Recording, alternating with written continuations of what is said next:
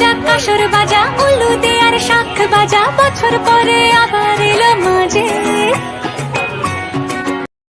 নমস্কাৰ বন্ধুসকল, কি খবৰ আপোনালোকৰ? আশা কৰিছোঁ সকলোৰে ভালে, মোৰো ভাল। সেয়া আছোঁ কিন্তু এতিয়া ভণ্টিয়ে চাই চাই হাঁহি আছে। সেয়া আজি সেয়া মহাষষ্ঠী, তাৰপাছত সেয়া চবলৈকে দুৰ্গা দেৱী আনিলে চাগে। আমাৰ সন্মুখৰ মন্দিৰ ভাগতো আনিলে, পিছফালৰ কালি যে দেখাইছিলোঁ তাতো আনিলে। সেয়া গধূলিকৈ দেখাম আপোনালোকক। এতিয়া মই সেয়া দুপৰীয়া ভাত পানী বনাই মেলি আছোঁ। আলহীও আছে, বাহিৰত বহি আছোঁ, তেওঁলোকক চাহ তাহ দি মেলি এতিয়া পাকঘৰত ভাত বনাবলৈ লৈছোঁ। আৰু মিক্স দাইল বনাওঁ বুলি ভাবিছোঁ আজি। সেয়া ইয়াতে মই মচুৰ দাইল, বুট দাইল, ৰহৰ দাইল আৰু মগুৰ দাইল মিক্স কৰি পেলাই ধুই থৈছোঁ, সেইখিনি বনাম। আৰু হেৰি কৰিম, এফালে শ'ল মাছৰ মূৰটো আছিলে, সেইটো লাই শাকৰ লগত ভাজিম। তাৰপাছতে ভাবিছোঁ এয়া তিতাকেৰেলা কেইটামান লৈছোঁ, সেইকেইটা ভাজিম। সেইকেইটা একদম শুকানে ফ্ৰাই কৰিম, ভাল লাগে খাই পেলাই। চবেই ভাল পায় মানে, একদম দাইল চাইল নহনাকৈ একদম শুকানকৈ যে খাব পাৰি যে, মানে তেলবোৰতে সানি বৰ ভাল পায় আমাৰ সিহঁতি খাই। মই নিজেও খাওঁ তেনেকৈ তিতাকেৰেলা ভাজি দিলে। সেয়া আৰু সেয়া মই কথা পাতি থাকিম আপোনালোকৰ লগত। সেয়া ভণ্টি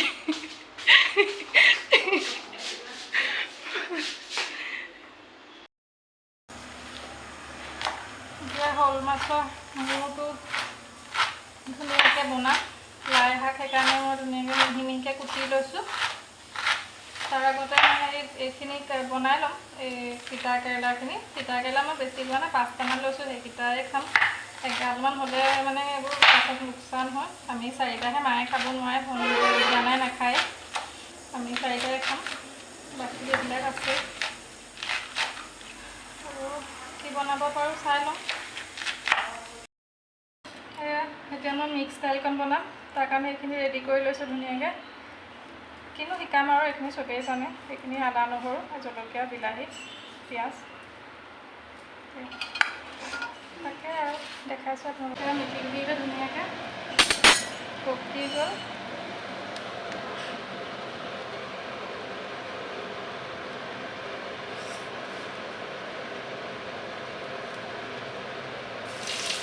জলকীয়া দিছোঁ, তেলটো পূৰা গৰম যে জলকীয়া কালাৰ হৈ গ'ল। চব দি দিছোঁ আৰু দেই। নহৰুৰ ওপৰতে পিঁয়াজ দিছোঁ, আদা নহৰুৰ ওপৰত পিঁয়াজখিনি দি দিছোঁ। আজি মোৰ 2খন হাত ফ্ৰী, তেনেকৈ গম পায়নে? মইনাই মোক ধুনীয়াকৈ হেৰি এডাল কিনি দিলে, কি বুলি কয়, চেলফিষ্টিক এডাল কিনি দিলে। মই গমেই নাপাওঁ, সি ধুনীয়াকৈ অৰ্ডাৰ চৰ্ডাৰ দি থৈ দিছে। কালিয়ে আহিলে, মই আপোনালোকক ক'বলৈহে পাহৰি আছোঁ। সেইকাৰণে মই আজি আৰামত দেখাব পাৰিছোঁ। এটা বিলাহী, মছলা মই একো নিদিওঁ দেই। এইবিলাক থাকে আপোনালোকে দিয়ে যদি আৰু দিয়ে আৰু, মই যিবোৰ সেইবোৰ দিব পাৰে নহয়। দিয়ে হওক বা কালাৰ চালাৰ ভাল হয় আৰু মছলা অকণমান দিলে খাবলৈও ভাল হয়। আৰু ধনিয়া চনিয়া মানে কেতিয়াবা ভালকৈ বনাওঁ স্পেচিয়েলকৈ, একদম বাটাৰ চটাৰ কিবা কিবি দি মেলি আজি এনেকৈ বনাইছোঁ আৰু।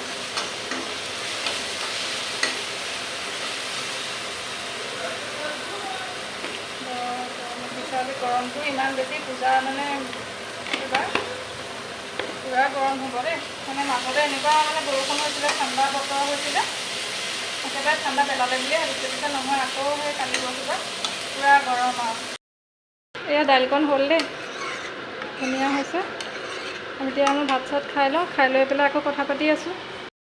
এয়া আমি এতিয়া অকণমান দোকানতে বহি আছোঁ, মানে ঘৰৰে দোকান, মইনাৰ দোকান, তাতে বহি আছোঁ। আৰু আগফালে এইবিলাক মেলা হৈছে দেখিছে, আমাৰ চোতালৰ পৰাই এইবিলাক আৰম্ভ হৈছে। আগফালে সেইয়া তাতে সেয়াৰ পৰা ধৰিব নোৱাৰে আপোনালোকে, ৰাস্তা পাৰ হোৱা নাই আজি। কাইলৈ যাম আৰু সেইফালে দেখাবলৈ।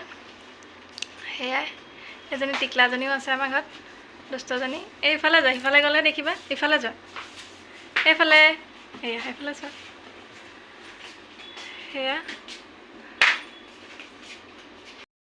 সেয়া আহি পেলাই অকণমান বহি আছোঁহি দোকানত আহি, আৰু মইনাও নাই, সেইটো কাৰণে অকণমান ৰখি দিব লগা হৈছে। কাৰণ সি অকণমান ওলাই গৈছে নে কি কয় নাজানো, মানে বাহিৰতে আছে আৰু সেইটোৱে। আৰু ভাইটিয়ে ৰেষ্টুৰেণ্ট দিছে মানে এই লগৰ এটাৰ লগত লাগি মানে কি হ'ল, তাৰ লগৰটোৰ হোটেল আছেই। তাৰপিছতে সি মানে যোৱা বছৰৰ পৰা আমাৰ ঘৰৰ সন্মুখতে হোটেল মানে এনেকৈ ৰেষ্টুৰেণ্ট দিছে। তাৰপিছতে ভাইটিকো লগ লৈছে, সি ভাইটিও কৰিছে মানে তাৰ লগতে। সেইকাৰণে আৰু অকণমান সেইটোৱে বাধাটো নিদিওঁ আৰু কৰক সিও, মানে কোনেও দিয়া নাই বাৰু, মায়েকো কোৱা নাই, কৰিছে আৰু নতুন এক্সপিৰিয়েঞ্চ এটাও হ'ব। আৰু সেইটোৱে আৰু মানে সেইটো এটা লাইফ মানে অকণমান পূজা মানে হেৰিত কেনেকৈ মানে ইমান ভিৰ ভাৰ কণ্ট্ৰল কৰাটো বা মানুহক বস্তু দিয়াটো মানে সেইটোও এটা এক্সপিৰিয়েঞ্চ ন, বহুত ডাঙৰ কথা। কাৰণ সিহঁতৰ ইমান অভ্যাস নাই ন, সেইটোকে আৰু কৰি চাইছে, ভালেই লাগিছে। সেইটোৱে আৰু আমিও থাকোঁ বাৰু, যোৱাবাৰ আছিলোঁ তাৰ লগত, হাতবগীতা দুটাৰ লগতে অকণমান লাগি ভাগি। সেয়া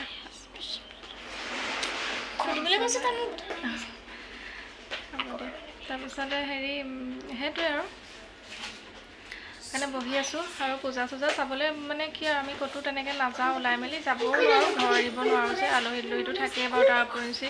আৰু ইমান মানে কি আৰু মানুহ চানুহ বেছি হয় যে, দুইফালে পূজা নহয় জানো, সেইকাৰণে মানে ঘৰ দুৱাৰ এৰিব পৰা নহয় আৰু সেইকাৰণে ঘৰতে থাকোঁ, ঘৰৰ পৰাই পূজা চাওঁ। আৰু সেইটোৱে আৰু ব্যস্তও হৈ থাকিব লগা হয়। আৰু মানে এনেকুৱা আমাৰ মানে হয়, আগবেলাও মানে যেতিয়া মানে চাকি জ্বলাব যাওঁ বা শৰাই দিয়া হয়, তালৈ যাবলৈও মানে খৰ ধৰ, সেই মুহূৰ্তৰ ভিতৰতে ঘূৰি আহিব লগা নিচিনা হয়। মানে এইফালৰ পৰা ফোন যাবই, আহিছ নাই সুধিবলৈ, তেনেকুৱা মানে। কাৰণ মানে আলহী বাৰু আলহীয়ে তাৰ উপৰিঞ্চি মানে